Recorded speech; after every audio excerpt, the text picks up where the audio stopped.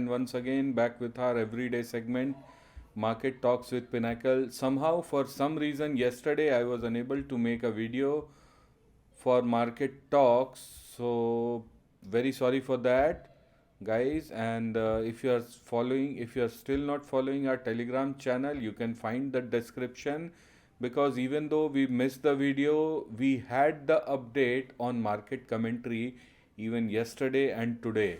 So make sure you are following our Telegram channel and getting the updates there.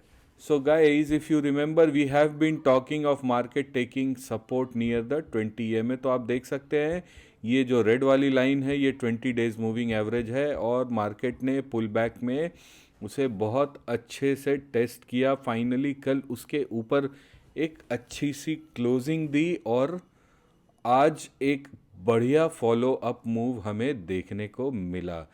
तो guys अगर देखें तो market बहुत ही बढ़िया, बहुत ही अच्छे टेक्सचर में लग रहा है। बट अगर मुझसे ऑनेस्टली पूछे तो फ़िलहाल मैं लॉन्ग्स इनिशिएट नहीं करूँगा। अगर आपने कमेंट्री पढ़ी होगी तो आपको याद होगा, हम लोग एक लेवल की बात कर रहे हैं 18,666। ये वाला जो लेवल है, ये लेवल आप देख सकते हैं। अनटिल एंड अनलेस इसके ऊपर एक डेली क्लोजिंग मिल जाए, जो कि अगर आप देखें तो डेली कैंडल के हिसाब से ये रेड कैंडल है। तो जब तक इस डेली कैंडल के ऊपर हमें क्लोजिंग नहीं मिलती है, मैं पोजिशनली लॉन्ग नहीं जाऊंगा, बिकॉज जब तक वो ना हो जाए there are still chances of another pullback. So that is why as of now I can have intraday long plays, but until and unless this is taken away, 18,660 levels are taken away, मैं positionally long नहीं जाऊंगा। और guys आप देख सकते हैं हमारे सारे लेवल्स एज इट इज़, हमने जब से स्टार्ट किया है तब से सारे के सारे लेवल्स आज भी मार्क्ड हैं, नथिंग हैज़ बीन चेंज्ड।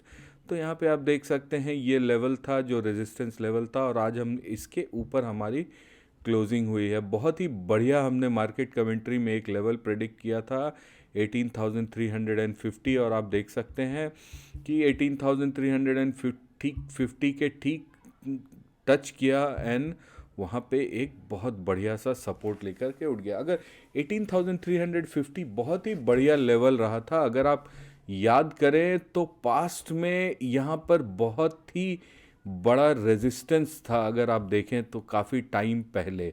तो पास्ट में जो रेजिस्टेंस होता है वो सपोर्ट बन जाता है, और रेजिस्टेंस बिकम सपोर्ट। तो that is why, that was the reason कि वहाँ पर से एक इमीडिएट बढ़िया बाउंस हमें देखने को मिला। अब जो निफ्टी का अपसाइड, अगला अगर अपसाइड होना है तो वो 18,660 के बाद ही होगा। तब तक मेरा सजेशन रहेगा, don't chase any kind of upside movement जब तक हमें 18,660 के ऊपर की एक अच्छी क्लोजिंग ना मिल जाए। सिंपल रहेगा एकदम, अभी ज़्यादा चेज नहीं करना है। और बैंक निफ्टी अगर हम लोग देखें तो as it is same chart, अगर आप वीडियोस रेगुलरली देख रहे हैं तो आपको सब कुछ सेम दिखेगा। एंड इफ़ यू रिमेंबर, आज हमने क्लियरली लिखा था 43,800 रेजिस्टेंस रहेगा। आज हम लोग वहीं पे खुले, and we had also mentioned कि आज हो सकता है ओपनिंग इसके ऊपर ही हो, एंड ओपनिंग हुई और उसके ऊपर एक अच्छा खासा 200 पॉइंट्स का फॉलो अप मूव मिला, जो कि क्लियरली शॉर्ट कवरिंग मूव था। इसमें कोई खास बड़ी बात थी नहीं। तो there was a short covering move. अब नेक्स्ट क्या होता है, नेक्स्ट अब वापस से देखें तो 43,970 980 का एक रेजिस्टेंस बनता हुआ दिख रहा है। कल देखते हैं इसके आगे क्या होता है। सो बैंक निफ्टी के लेवल्स नोट करके रखिए। 43,800 के नीचे आपको वापस से एक 200-300 पॉइंट का पुल बैक देखने को मिल सकता है, वाइल 43,980 के ऊपर आपको वापस से एक बढ़िया रन ऑन द अपसाइड मिल सकता है। अगर आपको याद होगा, हम लोग क्लियरली यहाँ से डिस्कस करते आ रहे हैं 41,700 से, दैट ऊपर में 8-10% का बैंक निफ्टी का हमें मूव मिल सकता है। तो if you can see, we have already got near to 5% of move in bank Nifty और अभी और मूव आ सकता है. So don't be surprised if there is some more move on the upside. Of course there can be pullbacks during these upside moves. It cannot be just one side की एक तरफ खींचा चला जाएगा मूव, तो पुलबैक्स मिलेंगे. तो वो पुलबैक्स को हम लोग बाइंग अपॉर्चुनिटीज़ मानकर चलेंगे. बट लेवल्स ऑलरेडी बता दिया है. निफ्टी के लिए भी क्लियर लेवल्स है. Any positional long above 18660. आज का लो बहुत इंपॉर्टेंट रहेगा. 18500 का जो लेवल रहेगा, अगर ये ब्रेक होता है तो हम लोग कुछ शॉर्ट पोजीशंस निफ्टी में एंटर कर सकते हैं. तो 18500 का जो लेवल है वो डाउन साइड में मार्क करके रखिए. ये बढ़िया सपोर्ट हो सकता है आने वाले टाइम पे. देखिए सपोर्ट धीरे धीरे ऊपर की तरफ खिंचता चला जा रहा है. So this is it guys for Nifty and bank Nifty. आज मैं एक बहुत ही इंटरेस्टिंग सेटअप मुझे देखने को मिला जो कि मैं आप सभी लोगों के साथ डिस्कस करना चाहता हूँ. अगर आप इंडसइंड बैंक में देखें तो इसने पिछले कुछ दिनों पहले एक बहुत ही बढ़िया मूव दिया था. We had a very good move where it jump from around 780 to 1200 rupees, जो कि अराउंड 500 रुपीज़ का अप मूव था. एंड अभी वापस से कुछ कंसोलिडेशन के बाद ऐसा लग रहा है कि ये वापस से एक बढ़िया मूव देगा. और अगर इसका वीकली चार्ट हम लोग देखें तो यहाँ एक बहुत ही बढ़िया रेजिस्टेंस था जिसको लग रहा है कि अब ये ब्रेक कर सकता है. तो if this resistance is broken तो ये इसमें और भी बढ़िया अपसाइड मिल सकता है गाइस. तो इसमें हम लोग एक अच्छी खासी ट्रेडिंग अपॉर्चुनिटी कैश में हम लोगों को मिल सकता है गाइस. एक बहुत बड़ा प्रॉब्लम है आज, जैसे हम लोगों ने एक बार डिस्कस किया था बालकृष्णा इंडस्ट्रीज़ का एक चार्ट हमने डिस्कस किया था, डेली चार्ट डिस्कस किया था. दैट 1290 के आसपास हम लोग इसमें एंट्री कर सकते हैं. तो मुझे इमीडिएट क्वेश्चन आने लगे थे कि सर हम लोग इसमें क्या ऑप्शंस में एंट्री कर सकते हैं, थे कि सर क्या हम लोग इसमें ऑप्शंस में एंट्री कर सकते हैं. फ्रेंड्स मेरा एक सिंपल सजेशन है, कैश में भी बहुत अच्छे पैसे बनाए जा सकते हैं.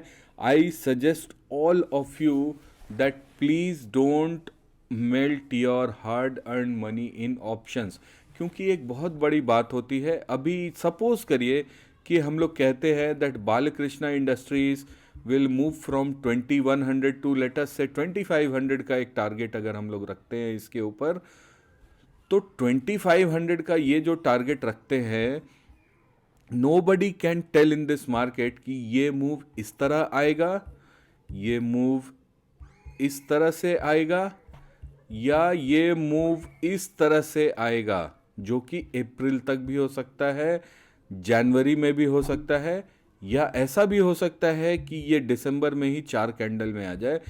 कोई ये गारंटी बिल्कुल भी नहीं कर सकता. तो इस चीज़ को हमेशा ध्यान रखिए. जब भी आप लोग ट्रेड करते हैं प्रेफर करिए स्टिक टू कैश. कैश के साथ एक बहुत बड़ी चीज़ होती है, आपके पास टाइम का विंडो होता है. आप इसको लंबे समय तक होल्ड कर सकते हैं. इसमें एक्सपायरी का कोई टेंशन नहीं होता. You have paid the entire money. और सबसे बड़ी बात, अगर आप लोग ट्रेडिंग करते हैं तो इस चीज़ को समझना बहुत ज़रूरी होता है that you should always trade with what ever little money you have. Leverage का इस्तेमाल बहुत कम किया करिए. लेवरेज इस्तेमाल करने से आपका खुद का नुकसान होता है. बिकॉज सपोज करिए कि आप लेवरेज यूज़ कर रहे हैं. लेवरेज का सिंपल मतलब होता है कि आपके पास जितने पैसे नहीं हैं आप उससे ज़्यादा का स्टॉक खरीद रहे हैं. तो सिमिलरली आपको ऑप्शंस भी और फ्यूचर्स भी एक तरह का लेवरेज है. सपोज करिए आपने किसी स्टॉक का ऑप्शन खरीद लिया, आपके पास 50,000 रुपये हैं, आपने 50,000 रुपये का ऑप्शन खरीद लिया. वो स्टॉक अगर 5% नीचे आता है तो ऐसा हो सकता है कि आपका 100% कैपिटल वाइप आउट हो जाए. तो ये एक बहुत बड़ा रिस्क होता है. लेवरेज कभी भी यूज़ नहीं करना चाहिए मार्केट में. इस चीज़ को ध्यान रखिए, खास करके छोटे प्लेयर्स को. अगर अनटिल एंड अनलेस आपके पास प्रॉपर एजुकेशन है कि ये लेवरेज जो है, ये जो आप एक्स्ट्रा स्टॉक खरीद ले रहे हैं वो आपको किस तरह से आपको नुकसान, अगर लेवरेज को समझने की कोशिश करें तो इस तरह से समझिए, सपोज़ आपका कोई बिजनेस है और आपने आपके पास 10,000 रुपये है और आपने होलसेलर को वो 10,000 रुपये दे करके होलसेलर से 1,00,000 रुपये का सामान खरीद लिया. You paid that 10,000 rupees to the wholesaler and bought goods worth 1,00,000 rupees. Now, just imagine what happens in case the price of that commodity falls just by 5%. सिर्फ 5% से ही गिर जाए अगर उस कमोडिटी का प्राइस, तो आपको 5,000 रुपये का नुकसान हो जाएगा वहाँ पर, जो कि आपका नेट कैपिटल अगर 10,000 रुपये था तो उसमें से 5,000 मतलब 50% आपका कैपिटल चला जाएगा. ये होता है लेवरेज, ये होता है ऑप्शन. तो अगर आपके पास पैसे कम हैं, मेरे पास बहुत से लोग ऐसे आते हैं और वो ये जस्टिफिकेशन देते हैं दैट सर मेरे पास पैसे कम हैं इसलिए मैं ऑप्शंस में ट्रेड करता हूँ. आपको ये समझना चाहिए कि अगर आपके पास पैसे कम हैं तो आपको स्पेसिफिकली कैश में ट्रेड करना चाहिए. You should stay away from options. अगर आपको अपने पैसे बचाने, धीरे धीरे पैसे एक्यूमुलेट करिए, नॉलेज बढ़ाइए. एक टाइम आएगा जब आपको भी लगेगा, जब उतना कॉन्फिडेंस आएगा तो ऑप्शंस करिएगा, लेकिन पहले उतना कैपिटल आने दीजिए, उतना नॉलेज आने दीजिए, उतना कॉन्फिडेंस आने दीजिए. तब तक के लिए बिल्कुल भी अवॉइड करके रखिए. ऑप्शंस आपके लिए सुसाइडल हो सकता है. तो अगर आप इसी के केस में देखें, अगर आप बालकृष्णा का सपोज करिए आपने ऑप्शन खरीद लिया और ये यहाँ से यहाँ जाता है, अगर फरवरी में जाता है, suppose you will lose all your capital. You will lose all your capital. और सिमिलरली अगर कैश में लेते हैं तो कम से कम 20% तो बनेगा.